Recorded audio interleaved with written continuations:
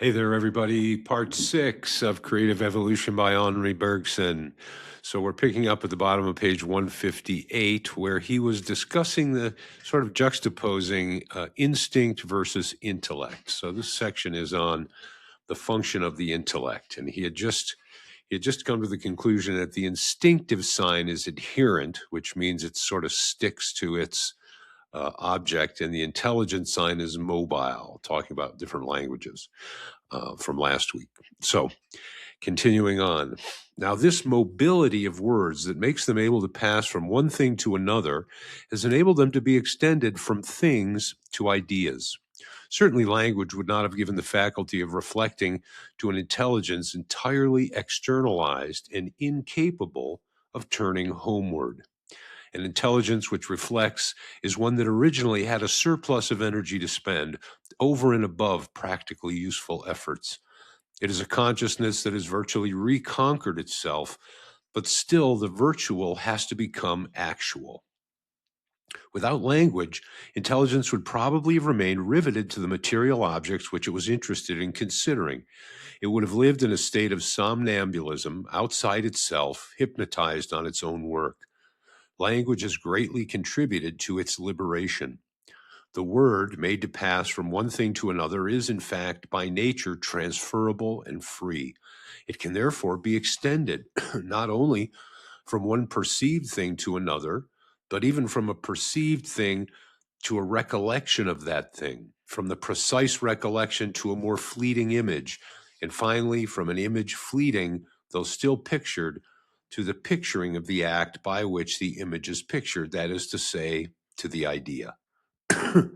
Thus is revealed to the intelligence, hitherto always turned outwards, a whole internal world, the spectacle of its own workings. It required only this opportunity, at length offered by language. It profits by the fact that the word is an external thing which the intelligence can catch hold of and cling to, and at the same time an immaterial thing by means of which the intelligence can penetrate even to the inwardness of its own work. Its first business was indeed to make instruments, but this fabrication is possible only by the employment of certain means which are not cut to the exact measure of their object, but go beyond it, and thus allow intelligence a supplementary, that is to say, disinterested work. From the moment that the intellect, reflecting upon its own doings, perceives itself as a creator of ideas, as a faculty of representation in general, there is no object of which it may not wish to have the idea, even though that object be without direct relation to practical action. That is why we said there are things that intellect alone can seek. Intellect alone indeed troubles itself about theory, and its theory would fain embrace everything, not only inanimate matter, over which it has a natural hold, but even life and thought. By what means, what instruments, in short, by what method it will approach these problems, we can easily guess. Originally, it was fashioned in the form of matter.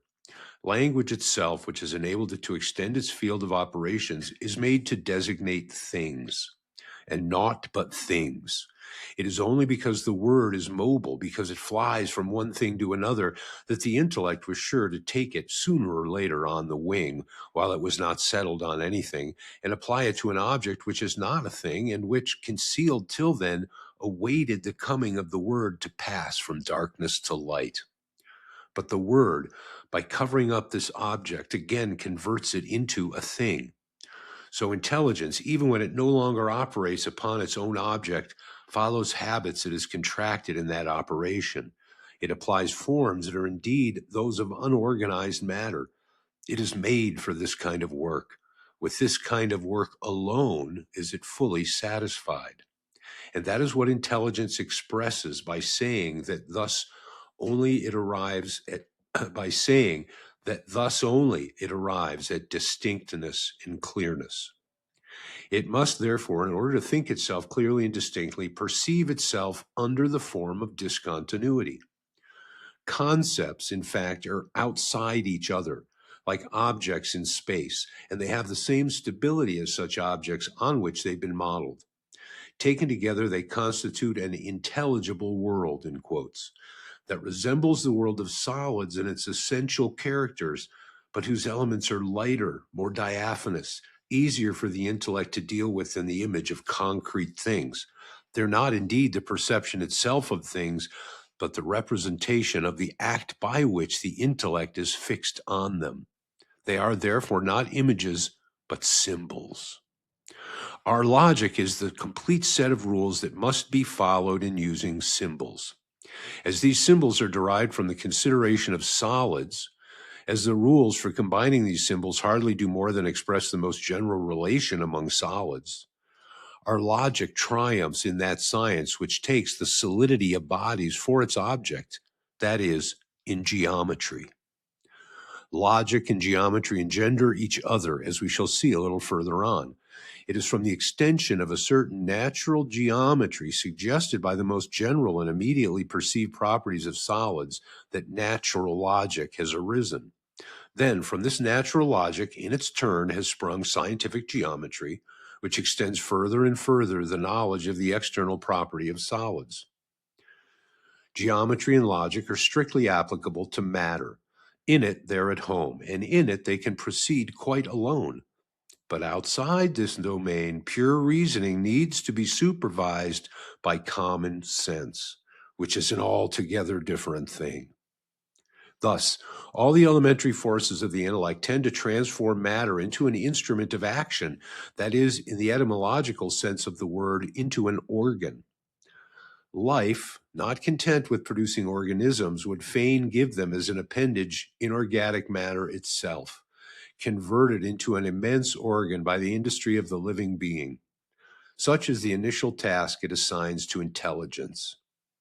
That is why the intellect always behaves as if it were fascinated by the contemplation of inert matter. It is life looking outward, putting itself outside itself, adopting the ways of unorganized nature in principle in order to direct them in fact. Hence, its bewilderment when it turns to the living and is confronted with organization. It does what it can. It resolves the organized into the unorganized, for it cannot, without reversing its natural direction and twisting about on itself, think true continuity, real mobility, reciprocal penetration. In a word, that creative evolution which is life. Consider continuity, the aspect of life that is accessible to our intellect, as indeed to our senses, to which our intellect is the extension, is that which offers a hold to our action. Now, to modify an object, we have to perceive it as divisible and discontinuous. From the point of view of positive science, an incomparable progress was realized when the organized tissues were resolved into cells. The study of the cell, in its turn, has shown it to be an organism whose complexities seem to grow the more thoroughly it is examined. The more science advances, the more it sees the number grow of heterogeneous elements which are placed together outside each other to make up a living being. Does science thus get any nearer to life? Does it not, on the contrary, find that what is really life in the living seems to recede with every step by which it pushes further the detail of the parts combined? There is indeed already among scientists a tendency to regard the substance of the organism as continuous and the cell as an artificial entity. But supposing this view were finally to prevail, it could only lead, on deeper study, to some other mode of analyzing of the living being, and so to a new discontinuity, although less removed perhaps from the real continuity of life. The truth is that this continuity cannot be thought by the intellect while it follows its natural movement. It implies at once the multiplicity of elements and the interpenetration of all by all, two conditions that can hardly be reconciled in the field in which our industry and consequently our intellect is engaged. Just as we separate in space, we fix in time. The intellect is not made to think evolution in the proper sense of the word, that is to say, the continuity of a change that is purely mobility, that is pure mobility. We shall not dwell here on this point, which we propose to study in a special chapter. Suffice it to say that the intellect represents becoming as a series of states, each of which is homogeneous with itself and consequently does not change. Is our attention called to the internal change of one of these states? At once, we decompose it into another series of states, which, reunited, will be supposed to make up this internal modification. Each of these new states must be invariable, or else their internal change, if we're forced to notice it, must be resolved again into a fresh series of invariable states, and so on to infinity. Here again, thinking consists in reconstituting, and naturally it is with given elements, and consequently with stable elements, that we reconstitute. So that, though we may do our best to imitate the mobility of becoming by an addition that is ever going on, becoming itself slips through our fingers just when we think we're holding it tight. Precisely because it is always trying to reconstitute, and to reconstitute with what is given, the intellect lets what is new in each moment of a history escape. It does not admit the unforeseeable. It rejects all creation. That definite antecedents bring forth a definite consequent, calculable as a function of them, is what satisfies our intellect. That a definite end calls forth definite means to attain it is what we also understand. In both cases, we have to do with the known, which is combined with the known, in short, with the old, which is repeated. Our intellect is there at its ease, and whatever the object, it will abstract, separate, eliminate, so as to substitute for the object itself, if necessary, an approximate equivalent in which things will happen in this way. But that each instant is a fresh endowment, that the new is ever upspringing, that the form just come into existence, although when once produced it may be regarded as an effect determined by its causes, could never have been foreseen. Because the causes here, unique in their kind, are part of the effect, have come into existence with it, and are determined by it as much as they determine it. All this we can feel within ourselves, and also divine by sympathy outside ourselves, but we cannot think it in the strictest sense of the word, nor express it in terms of pure understanding. No wonder at that. We must remember what our intellect is meant for. The causality it seeks and finds everywhere expresses the very mechanism of our industry, in which we go on recomposing the same whole with the same parts, repeating the same movements to obtain the same result. The finality it understands best is the finality of our industry, in which we work on a given model in advance, that is to say, old or composed of elements already known.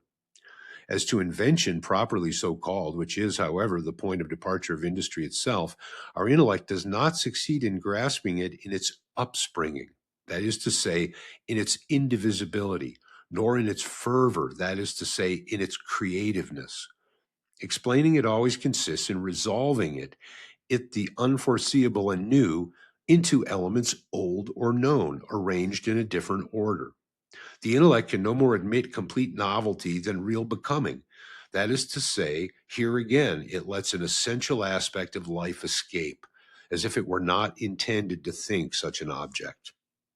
All our analyses bring us to this conclusion, but it is hardly necessary to go into such long details concerning the mechanism of intellectual working. It is enough to consider the results. We see that the intellect, so skillful in dealing with the inert, is awkward the moment it touches the living.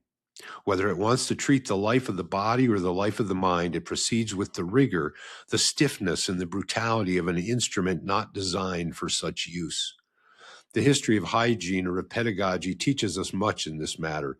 When we think of the cardinal, urgent, and constant need we have to preserve our bodies and to raise our souls, of the special faculties given to each of us in this field, to experiment continually on ourselves and on others, of the palpable injury by which the wrongness of a medical or pedagogical practice is both made manifest and punished at once, we are amazed at the stupidity and especially at the persistence of errors.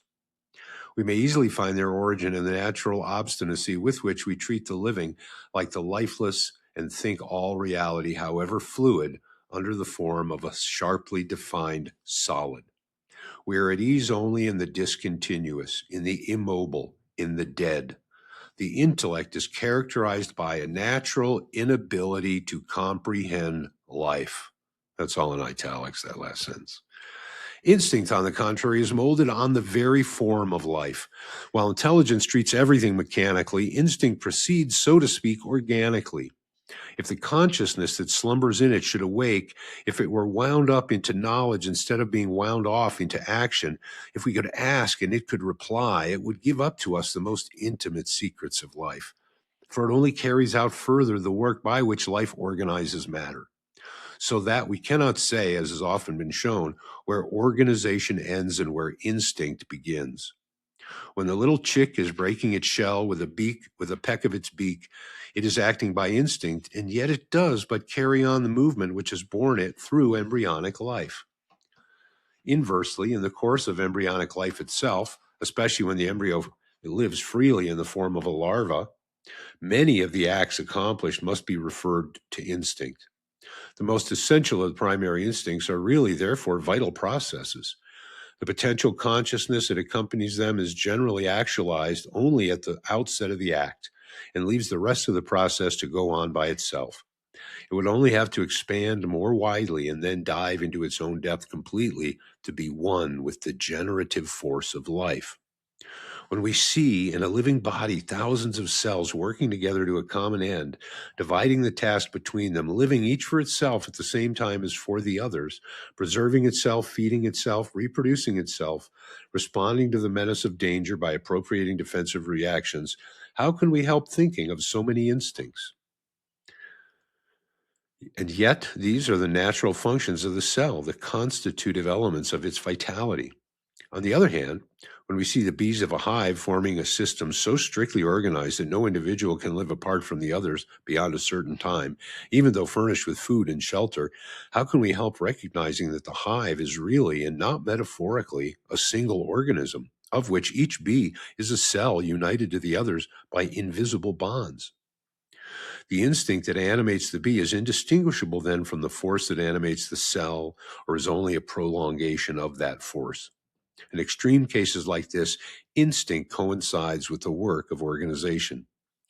Of course, there are degrees of perfection in the same instinct. Between the humble bee and the honeybee, for instance, the distance is great, and we pass from one to the other through a great number of intermediaries which correspond to so many complications of the social life. But the same diversity is found in the functioning of histological elements belonging to different tissues, more or less akin. In both cases, there are manifold variations on one and the same theme. The constancy of the theme is manifest, however, and the variations only fit it to the diversity of the circumstances.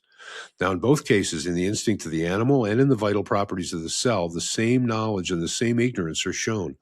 All goes on as if the cell knew what the other cells, what concerns itself, as if the animal knew of the other animals what it can utilize, all else remaining in shade. It seems as if life, as soon as it has become bound up in a species, is cut off from the rest of its own work, save at one or two points that are of vital concern to the species just arisen. Is it not plain that life goes to work here exactly like consciousness, exactly like memory?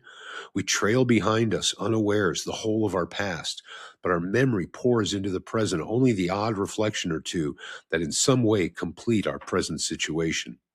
Thus, the instinctive knowledge which one species possesses of another on a certain particular point has its root in the very unity of life, which is, to use the expression of an ancient philosopher, a, quote, whole sympathetic unto itself.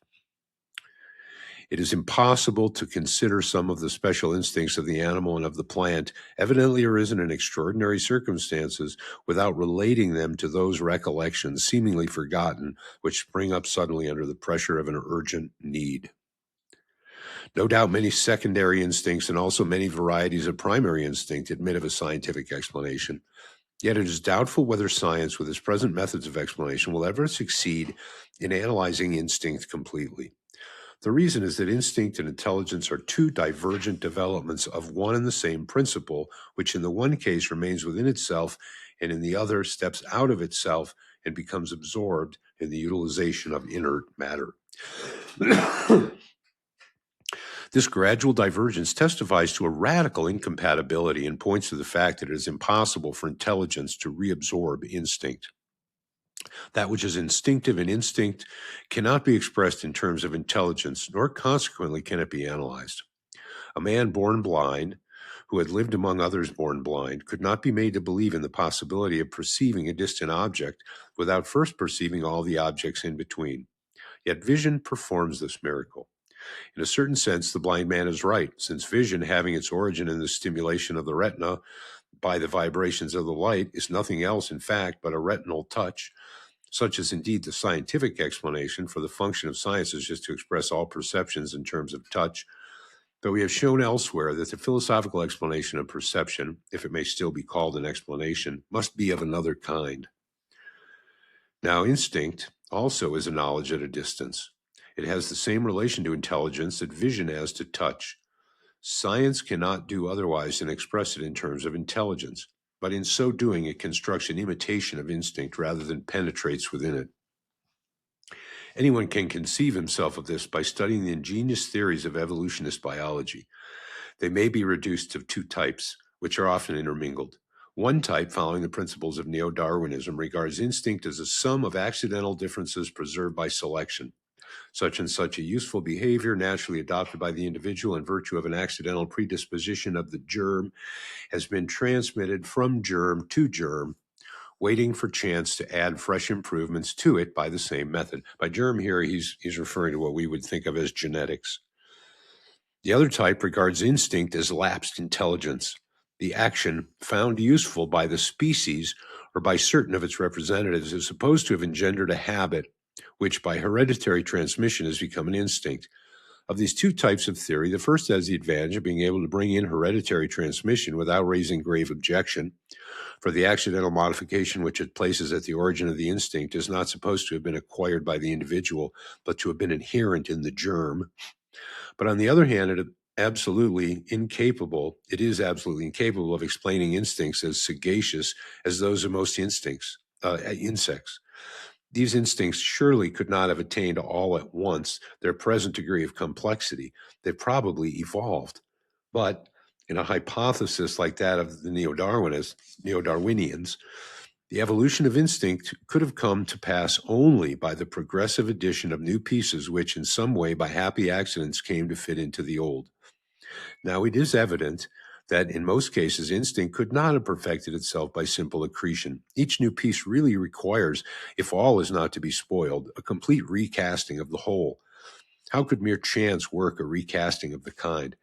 I agree that an accidental modification of the germ may be passed on hereditarily and may somehow wait for fresh accidental modifications to come and complicate it.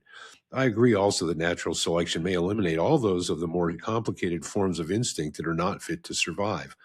Still, in order that the life of the instinct may evolve, complications fit to survive have to be produced. Now they will be produced only if, in certain cases, the addition of a new element brings about the correlative change of all the old elements. No one will maintain that chance could perform such a miracle. In one form or another, we shall appeal to intelligence. We shall suppose that it is by an effort more or less conscious that the living being develops a higher instinct. But then we shall have to admit that an acquired habit can become hereditary and that it does so regularly enough to ensure an evolution. The thing is doubtful, to put it mildly. Even if we could refer the instincts of animals to habits intelligently acquired and hereditarily transmitted, it's not clear how this sort of explanation could be extended to the vegetable world, where effort is never intelligent, even supposing it is sometimes conscious.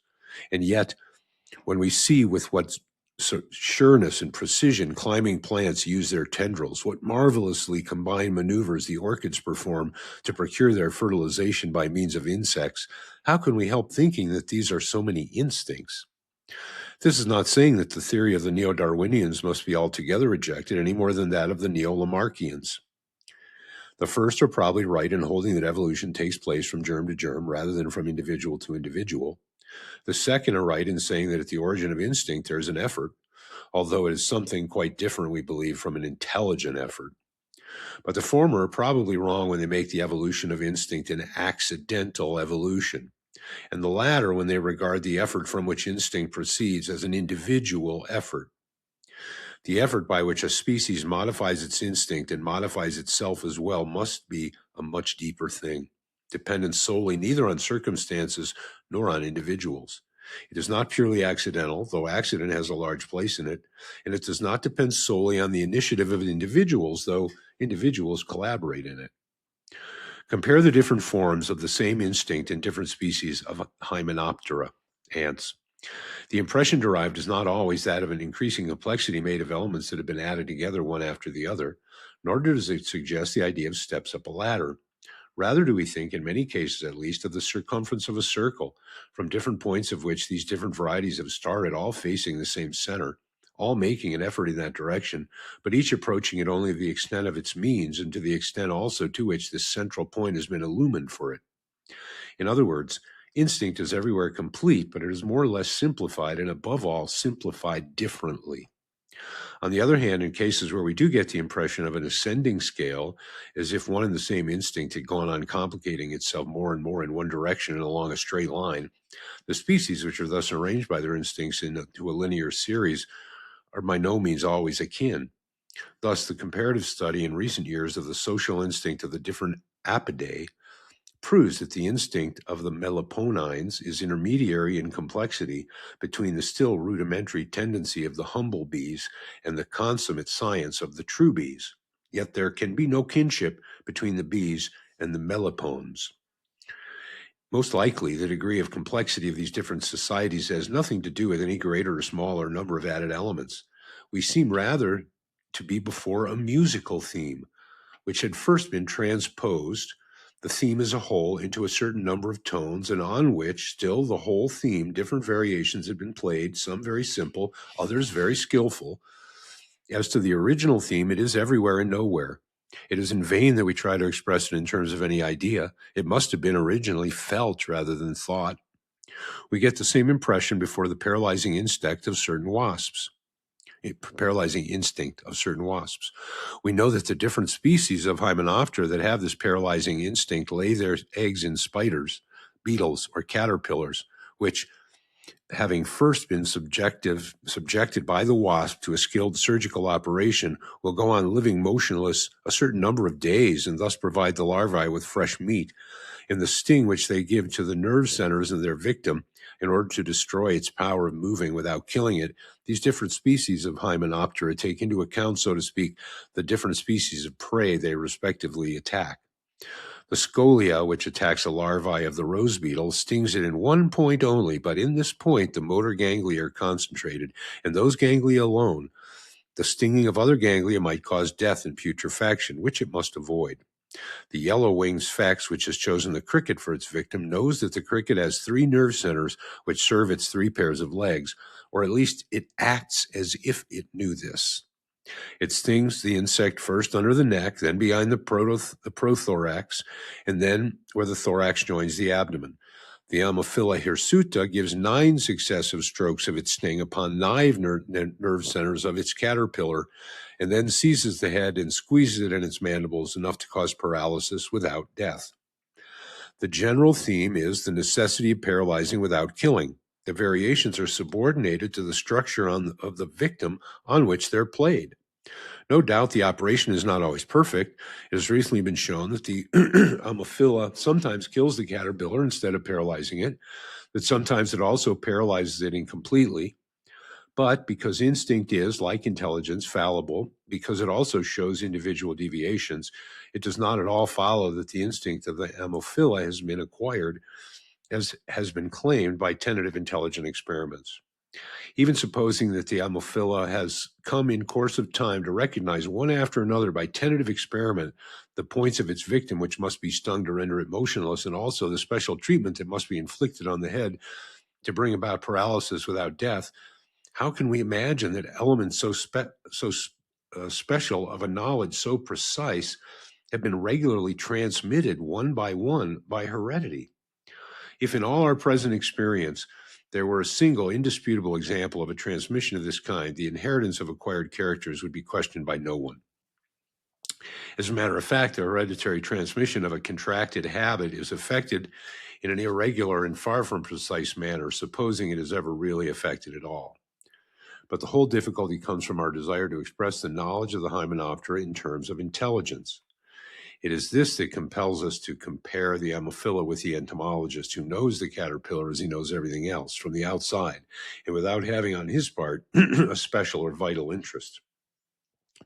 The Ammophila, we imagine, must learn one by one, like the entomologist, the positions of the nerve centers of the caterpillar, must acquire at least the practical knowledge of these positions by trying the effects of its sting. But there's no need for such a view if we suppose a sympathy, in the etymological sense of the word, between the Ammophila and its victim, which teaches it from within, so to say, concerning the vulnerability of the caterpillar. This feeling of vulnerability might owe nothing to outward perception, but result from the mere presence together of the Ammophila and the caterpillar, considered no longer as two organisms, but as two activities. It would express in a concrete form the relation of the one to the other. Certainly, a scientific theory cannot appeal to considerations of this kind. It must not put action before organization, sympathy before perception and knowledge. But once more, either philosophy has nothing to see here, or its role begins where that of science ends.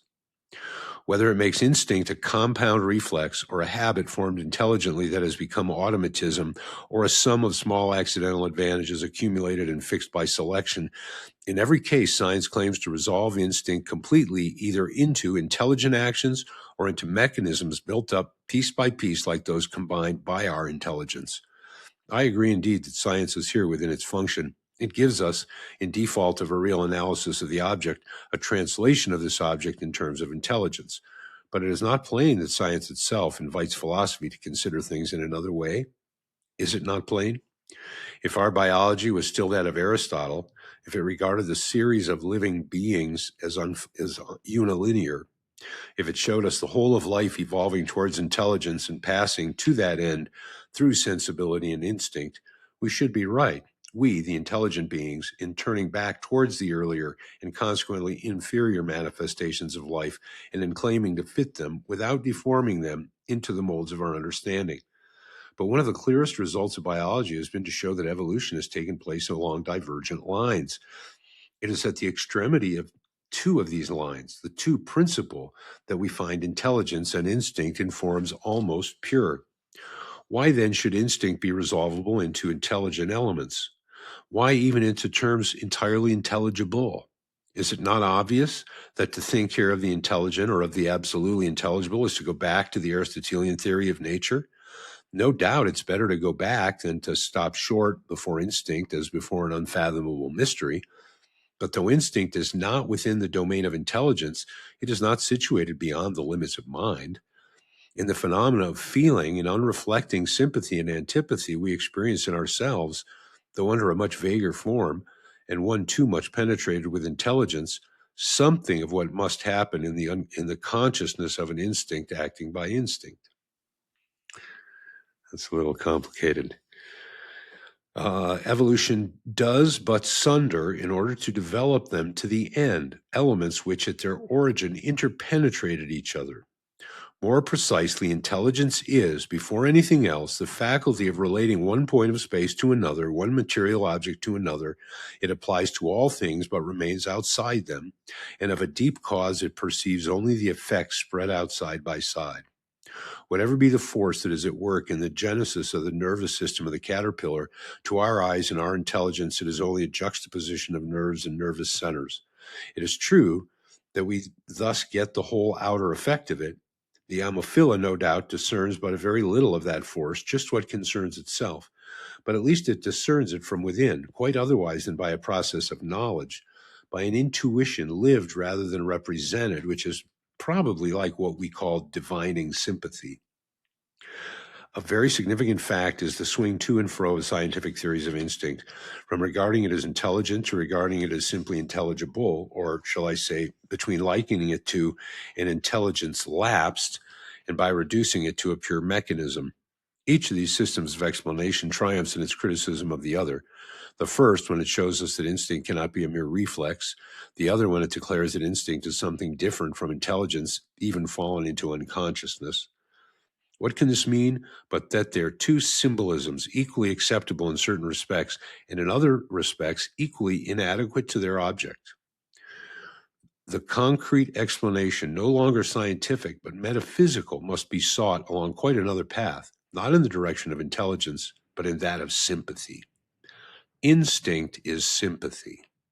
If this sympathy could extend its object and also reflect upon itself, it would give us the key to vital operations, just as intelligence developed and disciplined guides us into matter.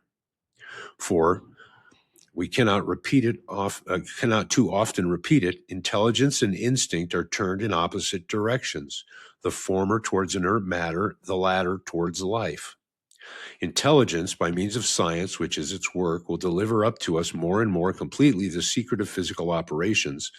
Of life it brings us, and moreover only claims to bring us, a translation in terms of inertia. It goes all round life, taking from outside the greatest possible number of views of it, drawing it into itself instead of entering into it. But it is to the very inwardness of life that intuition leads us. By intuition, I mean instinct that has become disinterested, self-conscious, capable of reflecting upon its object and of enlarging it indefinitely. That an effort of this kind is not impossible is proved by the existence in man of an aesthetic faculty along with normal perception. Our eye perceives the features of the living being merely as assembled, not as mutually organized. The intention of life, the simple movement that runs through the lines that binds them together and gives them significance, escapes it. This intention is just what the artist tries to regain in placing himself back within the object by a kind of sympathy, in breaking down by an effort of intuition the barrier that space puts up between him and his model. It is true that this aesthetic intuition, like external perception, only attains the individual. But we can conceive an inquiry turned in the same direction as art, which would take life in general for its object, just as physical science, in following to the end the direction pointed out by external perception, prolongs the individual facts into general laws. No doubt this philosophy will never obtain a knowledge of its object comparable to that which science has of its own. Intelligence remains the luminous nucleus around which instinct, even enlarged and purified into intuition, forms only a vague nebulosity. But in default of knowledge properly so called, reserved to pure intelligence, intuition may enable us to grasp what it is that intelligence fails to give us and indicate the means of supplementing it. On the one hand, it will utilize the mechanism of intelligence itself to show how intellectual molds cease to be strictly applicable, and on the other hand, by its own work, it will suggest to us the vague feeling, if nothing more, of what must take the place of intellectual molds. Thus, intuition may bring the intellect to recognize that life does not quite go into the category of the many, nor yet into that of the one, that neither mechanical causality nor finality can give a sufficient interpretation of the vital process.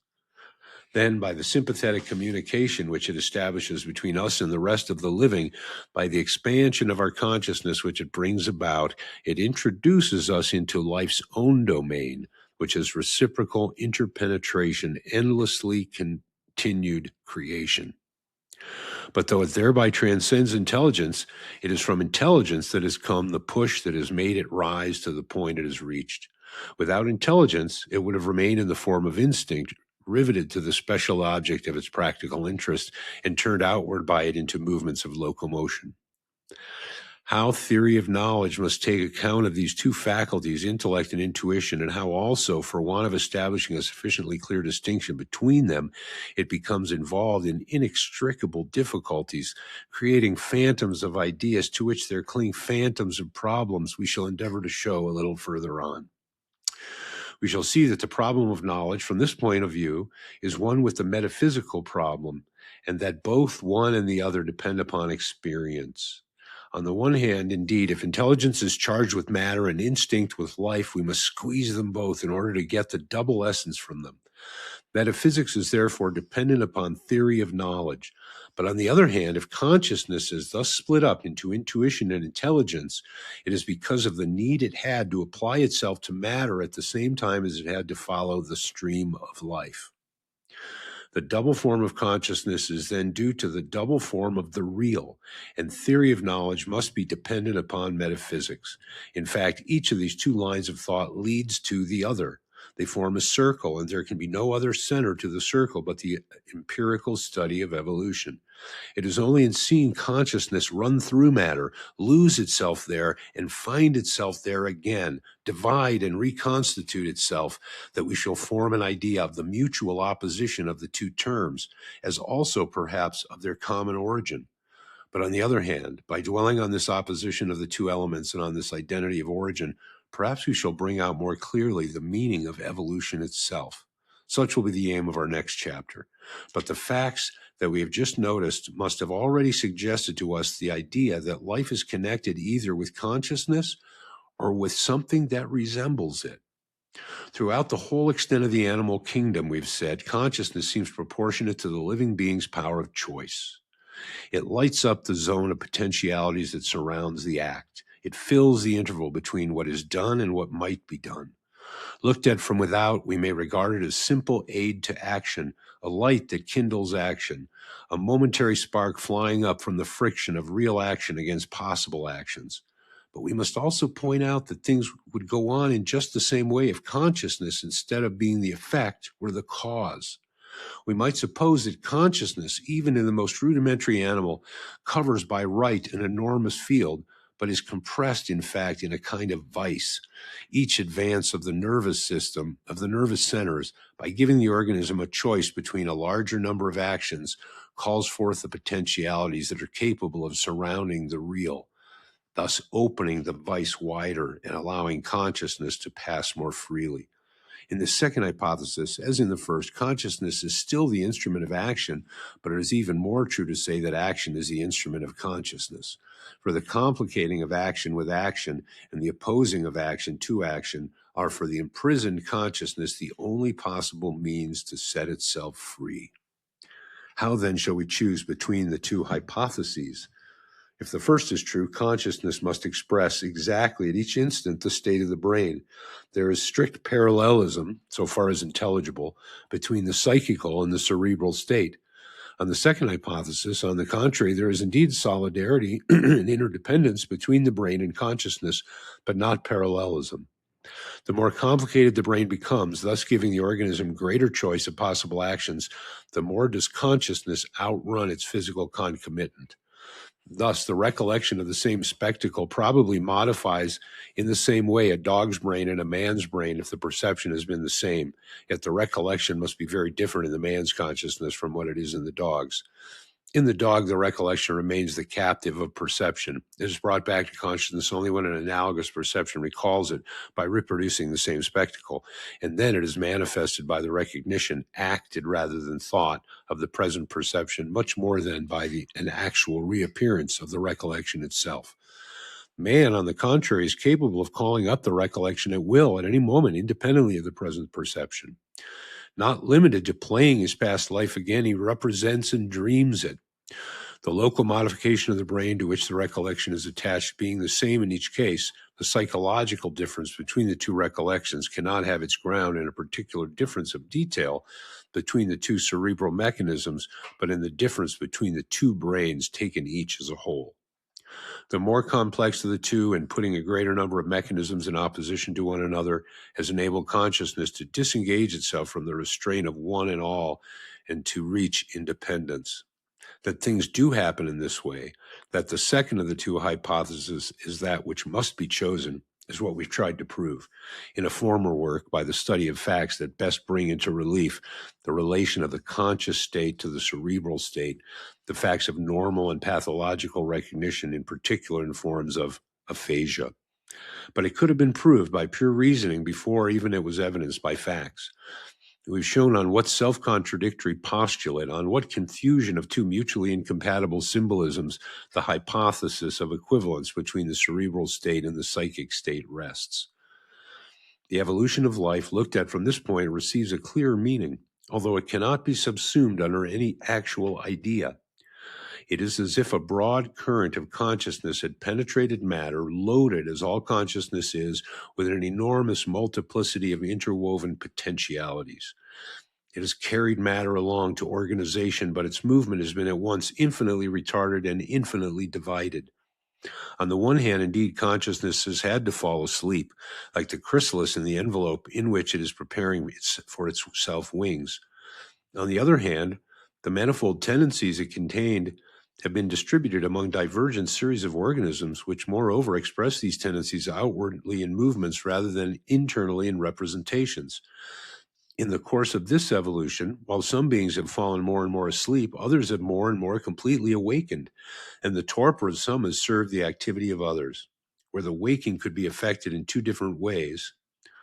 But the waking could be affected in two different ways. Life, that is to say, consciousness launched into matter, fixed its attention either on its own movement or on the matter it was passing through, and it has thus been turned either in the direction of intuition or in that of intellect. Intuition at first sight seems far preferable to intellect, since in it life and consciousness remain within themselves. But a glance at the evolution of living beings shows us that intuition could not go very far. On the side of intuition, consciousness found itself so restricted by its envelope that intuition had to shrink into instinct. That is, to embrace only the very small portion of life that interested it. And this is it embraces only in the dark, touching it while hardly seeing it. On this side, the horizon was soon shut out. On the contrary, consciousness, in shaping itself into intelligence, that is to say, in concentrating itself at first on matter, seems to externalize itself in relation to itself. But just because it adapts itself thereby to objects from without, it succeeds in moving among them and in evading the barriers they oppose to it, thus opening to itself an unlimited field. Once freed, moreover, it can turn inward on itself and awaken the potentialities of intuition which still slumber within it. From this point of view, not only does consciousness appear as the motive principle of evolution, but also among conscious beings themselves, man comes to occupy a privileged place. Between him and the animals, the difference is no longer one of degree, but of kind. We shall show how this conclusion is arrived at in our next chapter. Let us now show how the preceding analyses suggest it. A noteworthy fact is the extraordinary disproportion between the consequences of an invention and the invention itself. We've said that intelligence is modeled on matter and that it aims in the first place at fabrication. But does it fabricate in order to fabricate, or does it not pursue involuntarily and even unconsciously something entirely different? Fabricating consists in shaping matter, in making it supple and in bending it and converting it into an instrument in order to become master of it. It is this mastery that profits humanity much more even than the material result of the invention itself. Though we derive an immediate advantage from the thing made, as an intelligent animal might do, and though this advantage be all the inventor sought, it is a slight matter compared with the new ideas and new feelings that the invention may give rise to in every direction, as if the essential part of the effect were to raise us above ourselves and enlarge our horizon. Between the effect and the cause, the disproportion is so great that it's difficult to regard the cause as producer of its effect. It releases it while setting indeed its direction. Everything happens as though the grip of intelligence on matter were, in its main intention, to let something pass that matter is holding back. The same impression arises when we compare the brain of man to that of animals. The difference at first appears to be only a difference of size and complexity, but judging by function, there must be something else besides. In the animal, the motor mechanisms that the brain succeeds in setting up, or in other words, the habits contracted voluntarily, have no other object or effect than the accomplishment of the movements marked out in these habits, stored in these mechanisms. But in man, the motor habit may have a second result, out of proportion to the first. It can hold other motor habits in check and thereby, in overcoming automatism, set consciousness free. We know what vast regions of the human brain language occupies. The cerebral mechanisms that corresponds to the words have this in particular, that they can be made to grapple with other mechanisms, those, for instance, that correspond to the things themselves, or even be made to grapple with one another. Meanwhile, consciousness, which would have been dragged down and drowned in the accomplishment of the act, is restored and set free. The difference must therefore be more radical than a superficial examination would lead us to suppose. It's the difference between a mechanism which engages the attention and a mechanism from which it can be diverted. The primitive steam engine, as Newcomen conceived it, required the presence of a person exclusively employed to turn on and off the taps, either to let the steam into the cylinder or to throw the cold spray into it in order to condense the steam. It is said that a boy employed on this work, and very tired of having to do it, got the idea of tying the handles of the taps with cords to the beam of the engine. Then the machine opened and closed the taps itself. It worked all alone. Now, if an observer had compared the structure of this second machine with that of the first, without taking into account the two boys left to watch over them, he would have found only a slight difference in complexity. That is, indeed, all we can perceive when we look only at the machines. But if we cast a glance at the two boys, we shall see that whilst one is wholly taken up by the watching, the other is free to go and play as he chooses. And that, from this point of view, the difference between the two machines is radical. The first holding the attention captive, the second setting it at liberty. A difference of the same kind, we think, would be found between the brain of an animal and the human brain. If now we should wish to express this in terms of finality, we should have to say that consciousness, after having been obliged in order to set itself free to divide organization into two complementary parts, vegetables on the one hand and animals on the other, has sought an issue in the double direction of instinct and of intelligence. It has not found it with instinct, and it has not obtained it on the side of intelligence except by a sudden leap from the animal to man. So that in the last analysis, man might be considered the reason for the existence of the entire organization of life on our planet. But this would be only a manner of speaking. There is in reality only a current of existence and the opposing current. Thence proceeds the whole evolution of life. We must now grasp more closely the opposition of these two currents. Perhaps we shall thus discover for them a common source. By this we shall also no doubt penetrate the most obscure regions of metaphysics. However, as the two directions we have to follow are clearly marked in intelligence on the one hand and instinct and intuition on the other, we're not afraid of straying. A survey of the evolution of life suggests to us a certain conception of knowledge and also a certain metaphysics which imply each other. Once made clear, this metaphysics and this critique may throw some light in their turn on evolution as a whole. And that is the end of chapter 3. And I think we'll end this part here because this is a major section now that we'll be going into on the meaning of life, the order of nature, and the form of intelligence, chapter 3. So we will see you next week.